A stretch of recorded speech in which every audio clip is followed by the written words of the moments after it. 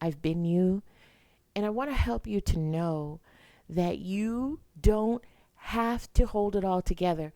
Because when you do, for everybody else, even when you're falling apart, you will bring yourself to a place of emotional burnout. Soft spaces, soft spaces.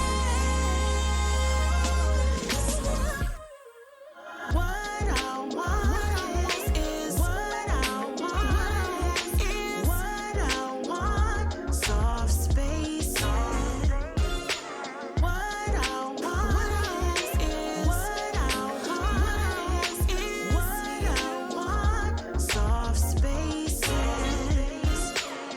Welcome to Soft Spaces podcast, where I get to share a little bit of me to connect with a little bit of you so that we can create a community of wholeness together, where our unmuted voices get to find healing to thrive in every area of our lives.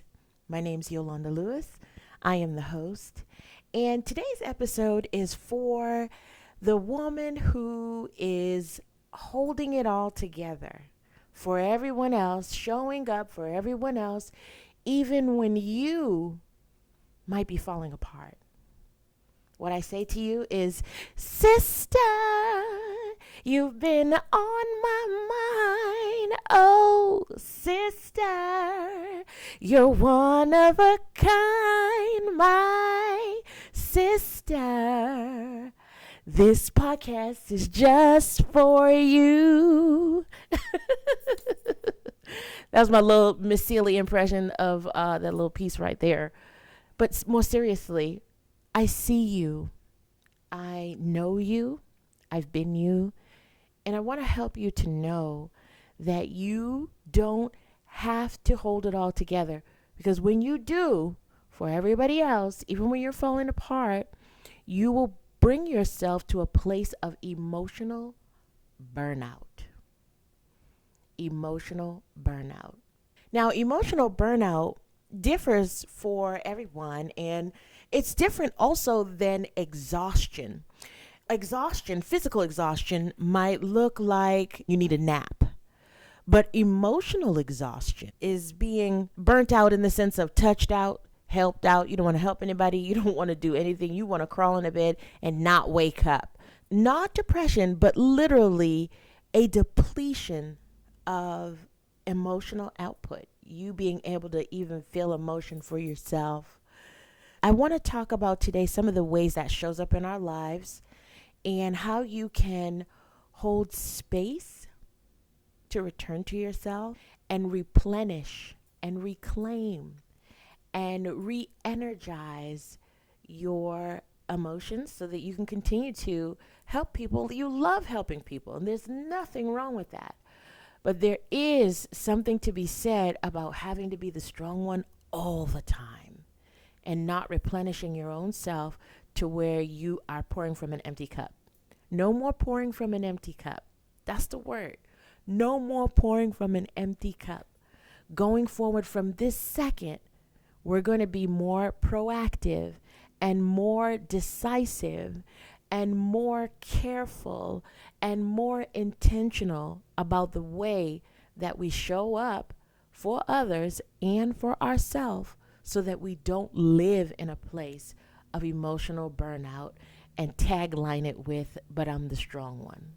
So how do you know you've reached the place of emotional burnout? Well, you might be irritable. That's a sign. You might feel brain fog. You might feel also numbness or even a need to detach. You ever felt like you need to just tap out for a minute, time out, give yourself a little time out? I know whether you are the oldest child, like I grew up as the oldest child, or you're the youngest child who has had to hold it all together because everyone above you or older than you has put you in a position where, look, somebody got to family manage this thing, right? Whether you were in that spot, the youngest, older, wherever you fall in the line, If you still found yourself in a position where you had to keep it all together for everyone else, be the strong one, at one point in your life, that was a good thing to do because it kept you safe. It was a good thing for you to be able to make sure everybody is doing what they were supposed to do so that the environment around you kept you safe. But what if your need to be the strong one, your pride in being the strong one, is actually rooted in trauma that is raising its hand to be healed? The newest version of you, the evolved version of you, the one that's healed a little bit further than you were when you were that little girl managing everything, or you were that teenager managing everything, or you were that young adult managing everything, or you were just yesterday managing everything. That version of you, what if that version of you wants to evolve further? We want to give room and capacity for that to happen in your life without you still showing up on paper to do all the things, still taking care of all the responsibilities that you've put on yourself as the strong one, even though internally you're depleted. I want you to ask yourself in this moment, what would fall apart if I stopped showing up the way I always do? What would really fall apart? You might find that nothing would fall apart. Matter of fact, you would finally get to exhale. Let's just pause for a moment and take a breath of exhale.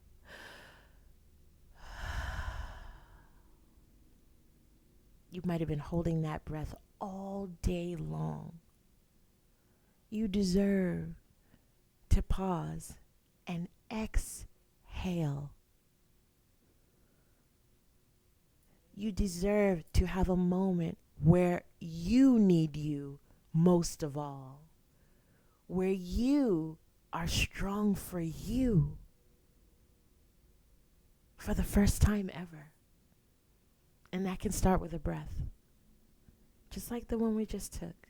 When we don't take those breaths and we don't accept the invitation that our body is calling for in that space of, hey, I want to time out. That's why I have brain fog. Hey, I want to time out. That's why I'm still going, but really I have nothing left. Hey, I'm ready for a timeout even though I'm feeling numb and detached. We put ourselves in what I call survival roles. And in these survival roles, you can be one of three roles. The first role is the fixer role. And in the fixer role, the fixer believes that love is associated with them being able to fix everything. Everyone's problems are solved by you. And now, as the fixer, you feel whole, you feel complete, you feel loved. Is that you? I was a fixer. Just so you don't feel alone here, this is a soft space, no judgment. We can be vulnerable and share honestly. And in that honest sharing space, I can tell you I was a fixer. Definitely was a fixer. Had my hand all in everybody's stuff. Not because I was nosy, but because I felt and I believed that the more that I helped others, the more that they would then thank me, the more I could be celebrated for having solved their problems, the more that I could receive love. Because here's the other thing. When you're the strong one, no one sees that you worked hard to achieve something. No one sees that you worked hard to get somewhere or to do something. No one sees that because they expect it. And in that expectation, it robs you of being celebrated like any human being for any achievement. You get robbed of that. And so in a way to fix it, For yourself, you become the fixer. And that's how you get that. That's according to Maslow's hierarchy of human needs. You need to be celebrated. There's a need for that. And it's okay. There's nothing wrong with that. However, when you don't get it, because everyone assumes you're the strong one, of course you did that. Of course you got it done. Of course you did. Then you don't get a need. So it's a real need that is being opened here as a wound, masked as being the fixer. The other role, survival role, that you take on in this space of being the strong one is the achiever. As the achiever, you believe that your worth is recognized when you achieve more things, when you drive harder in performance, when you are perfect in all of your ways. Only God is perfect. When you're perfect at everything you do, which never happens because we're not perfect, we can reach excellence, never perfection. And that's okay. In this survival role, you thrive in getting more things, in being the winner. You ever talk to someone who needs to be the winner? They're more than likely, I'm not diagnosing anyone, they're more than likely an achiever. And they're stuck in that survival pattern of needing to be an achiever to feel worthy of relationship, to feel worthy of connection. And the third role is the nurturer. The nurturer is someone who overgives too much. Overgives. I can't even stress that enough. Overgives to feel needed and secure. Even to the point of emotional depletion, not even exhaustion, absolute depletion. They got nothing and they will still give. And culture sometimes celebrates that. But I can tell you, as the strong one, I see you. And we're not celebrating that here. We're recognizing that here so that you can learn that, wow, I fit into that role and I'm ready to be free from that. I'm ready to release myself. Sister. I won't keep singing. But you're ready to be released and free from that if you can feel it inside of you. If you can feel where each one of those roles, whether it be the fixer, whether it be the achiever, or whether it be the nurturer, you can feel when that was mentioned and described how it hits your body. And if that hits you, you're in the right place. You are in the soft space, and we are holding, the community of soft space is holding space for you. You are seen, strong one. I see you. I see you. And I'm here to give you some tools that can help you shift from being the strong one for everyone else to being the strong one for you. Can you be the strong one for you? How does that feel when you even say that? I'm the strong one for me. So you can serve others. So you can show up big in the world. Just not without taking care of yourself. Hey, Soft Spaces fans. I got a question for you. Based on you listening to this podcast, you probably are looking to stop burning out. You're probably looking for ways to reconnect with you and start living lighter. If that's you, I want to invite you to the Embodied Life Reset Experience. It is a one-day workshop taught live by me that's in person, where you get access to a private community, and it's really unlike anything else that I offer. In our time together, and by the end of this workshop experience, you'll have insurmountable clarity on how to make room in your everyday life to just breathe, to be able to reconnect and still accomplish all of the things that you are responsible to accomplish, all of the dreams that you have envisioned for your life. It happens at this workshop. So make sure that you sign up, click the link in the description, and I'll see you on the other side. Let's get back into the combo. You know, sometimes we overfunction not because we want to, but because somewhere we learn along the way that we couldn't afford not to.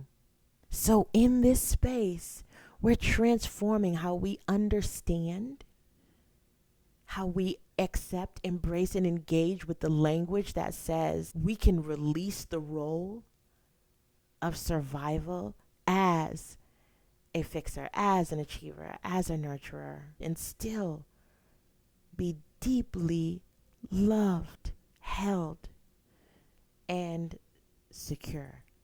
Let's take a breath right there. Let's take a breath for the version of you that had to learn to be everything for everyone.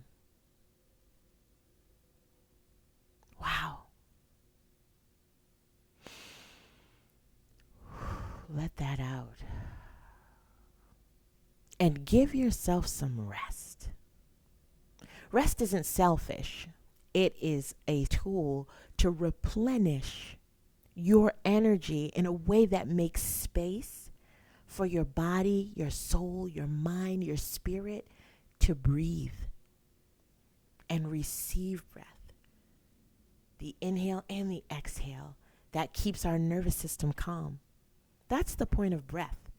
It helps to position flow.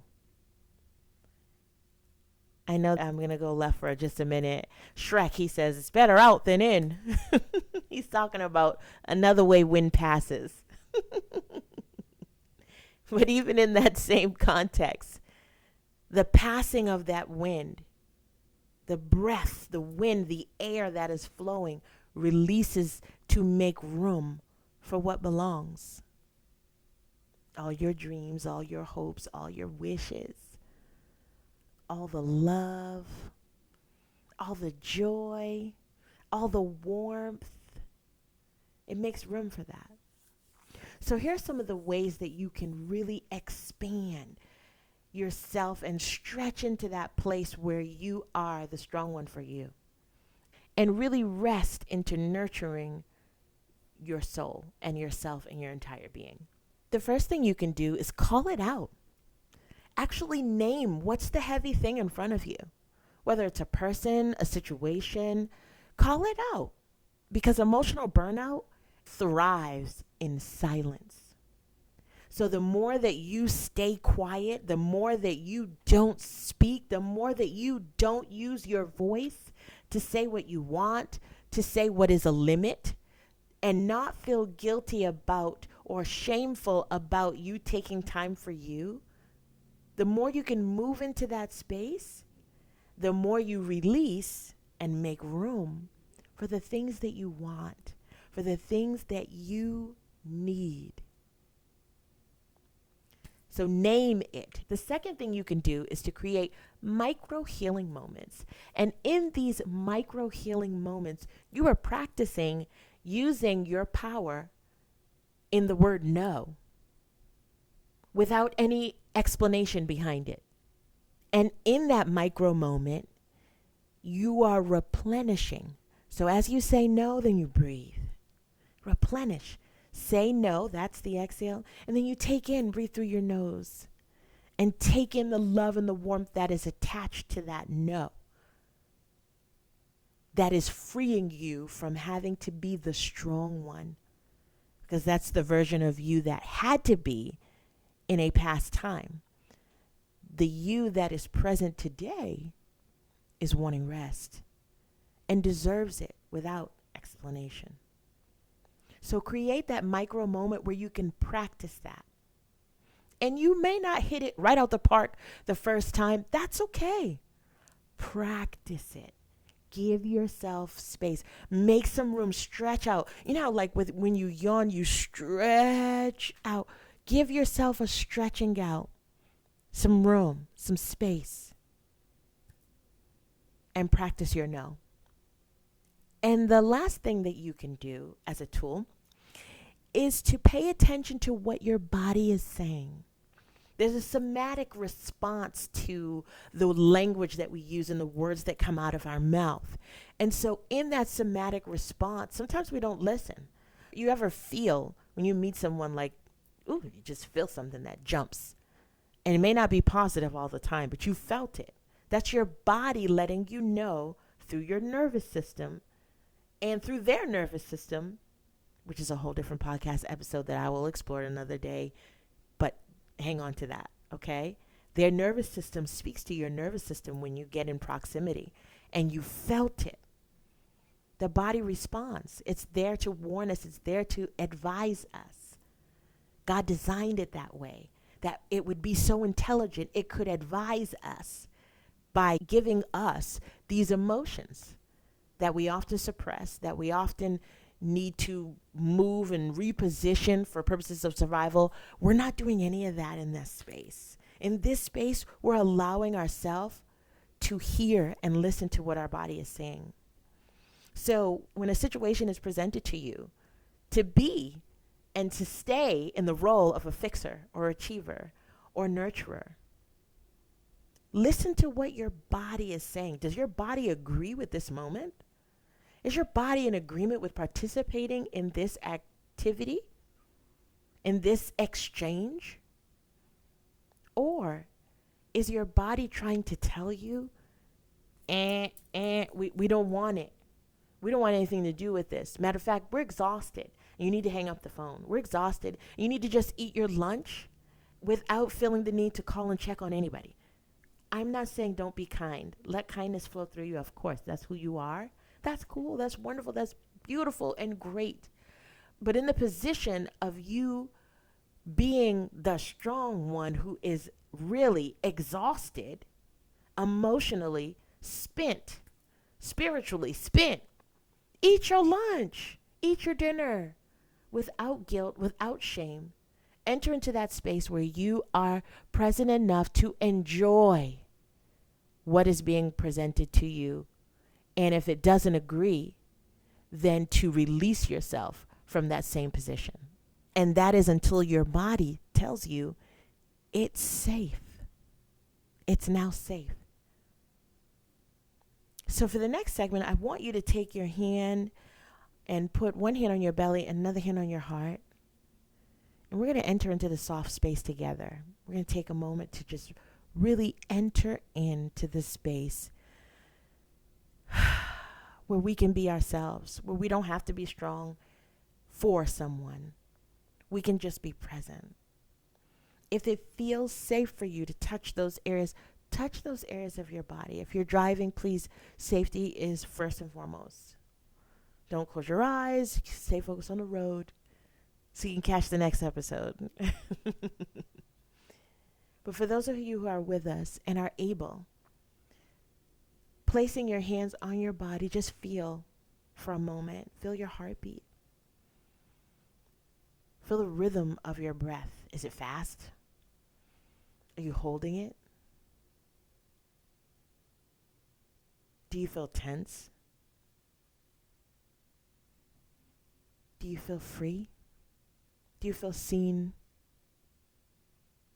Do you feel a point of liberation? Whatever that feeling is, we're going to breathe into it. And for some of you, it may be to release feelings, negative feelings of needing to hold on. But if I don't, and some of you will be to release that. For others, it will be to embrace what is warming your heart even right now, underneath your hands, the light that is forming, the fire that is burning, that is rekindling, that is awakening. That might be for you. And on either side, we're going to breathe into it so that we can be free from the need to be everything to everyone, to the point of emotional burnout.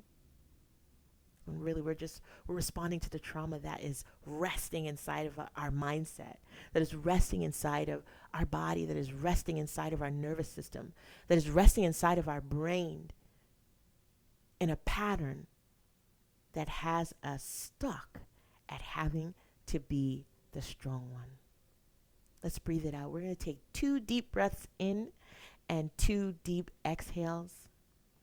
And if you want to go beyond that after the episode, please do so.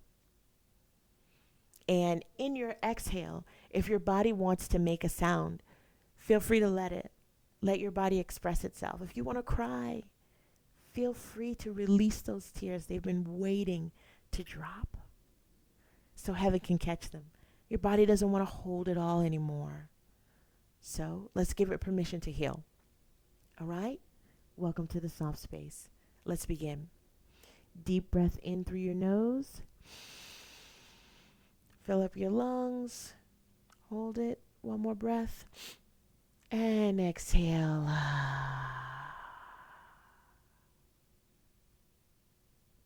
As you exhale, you're staying present, holding yourself, maybe even hugging yourself so tightly if it feels safe. Otherwise, you can leave your hands by your side wherever it's comfortable, wherever it feels safe, wherever it feels good. Deep breath in. One more breath. Hold it. And exhale.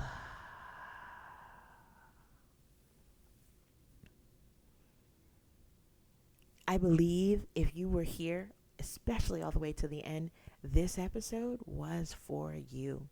And if it was for you, drop a comment below on what your favorite part was. What stood out most for you? I'd love to hear your comments and engage with you. In the meantime, take care and God bless. I'll see you on the next episode.